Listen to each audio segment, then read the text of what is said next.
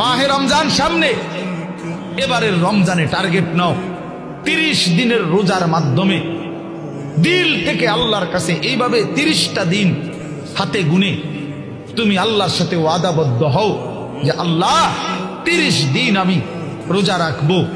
এবং যৌন চাহিদা, লজ্জাস্থানের চাহিদা, অশ্লীলতা, বেহায়াপনা, নর্তকী, নাচ গান, উলঙ্গ ছবি দেখা, নারীকে নিয়ে চিন্তা ভাবনা, মেয়েকে নিয়ে অশ্লীল চিন্তা ভাবনা, অবৈধ কোনো প্রেম সম্পর্ক, হারাম কোনো রিলেশন, এই সব ত্যাগ করে বন্ধু 30টা দিন মনোযোগ দিয়া রোজা রাখো, তারাবি পড়ো, ইফতার করো, সাহারি করো, তাসবিহ পড়ো, তেলাওয়াত করো, কোনো আলেমে দ্বীনের সাথে উঠা বসা করো, ইমাম সাহেবের সাথে সম্পর্ক করো। ইনশাআল্লাহ দেখবা আল্লাহ চাহে তো 30 দিনের মাথায় আল্লাহ বলেন লাআল্লাকুম তাত্তাকুন, আমি আল্লাহ ওয়াদা দিলাম মোমেন তোকে মুত্তাকি বানিয়ে দেব, মুত্তাকি বানিয়ে দেব। আর যদি মুত্তাকি হও তাইলে পুরস্কার কি? উইদ্দাত লিল মুত্তাকিন, আল্লাহ বলছেন জান্নাত বানানোই হয়েছে মুত্তাকিদের জন্য। 30 দিনে মুত্তাকি হবা, 30 দিনে জান্নাতি হবা।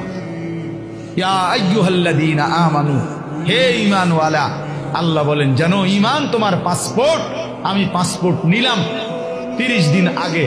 আর আল্লাহ ওয়াদা দিছেন রমজানের চাঁদ উঠলে আমি আল্লাহর কাছে ঈমানের পাসপোর্ট দিবা। ঈমানের পাসপোর্ট আমি জমা নিলাম, 30 দিন অপেক্ষা করবা, 30 দিন আমার হুকুম মাইনা চলবা। 30 দিন পরে ঈদের চাঁদ উঠবে, সেই দিনই তোমার পাসপোর্টের উপরে জান্নাতের ভিসা লাগবে। পাসপোর্ট এবং ভিসা লাগবে, আর ঈদের দিন ফ্লাইট হবে জান্নাতের ফ্লাইট, ইনশাআল্লাহ। ইনশাআল্লাহ হাদিসে আছে ঈদের দিন আল্লাহ তাআলা ফেরেশতাদেরকে জিজ্ঞাসা করে, ফেরেশতারা বলো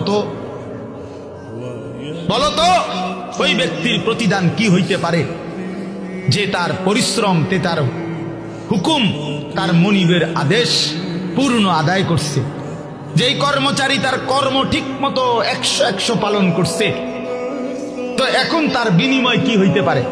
ফেরেশতাদেরকে আল্লাহ বলবে ঈদের দিন, ফেরেশতারা বলবে মাওলা তো এটার বিনিময়তে এটাই আইওয়াফা আজরাহু, তার বিনিময় তাকে পূর্ণ দিবেন, পারিশ্রমিক পূর্ণ দিবেন, কারণ সে তার কর্ম পুরা করছে, অতএব পারিশ্রমিকও তো কি দিতে হবে? পুরা দিবেন, এটাই তো যুক্তির কথা। তো আল্লাহ তাআলা তখন বলবেন ফেরেশতারা তোমরা সাক্ষী থাকো, আমার ইজ্জতের কসম, আমার জালালের কসম, আমি আল্লাহর বড়ত্বের কসম, আমার শ্রেষ্ঠত্বের কসম, আমার এই বান্দাগুলো 1 মাস রমজানে আমার হুকুম পূর্ণ আদায় করছে, আমার আদেশের হক আদায় করছে, রমজানের হক আদায় করছে। আজকে আমি আল্লাহ ঈদের দিনে ঘোষণা দিলাম তোমাদের সামনে, কাদ গাফারতু লাকুম, আমি আল্লাহ আমার এই বান্দাদেরকে মাফ করে দিলাম।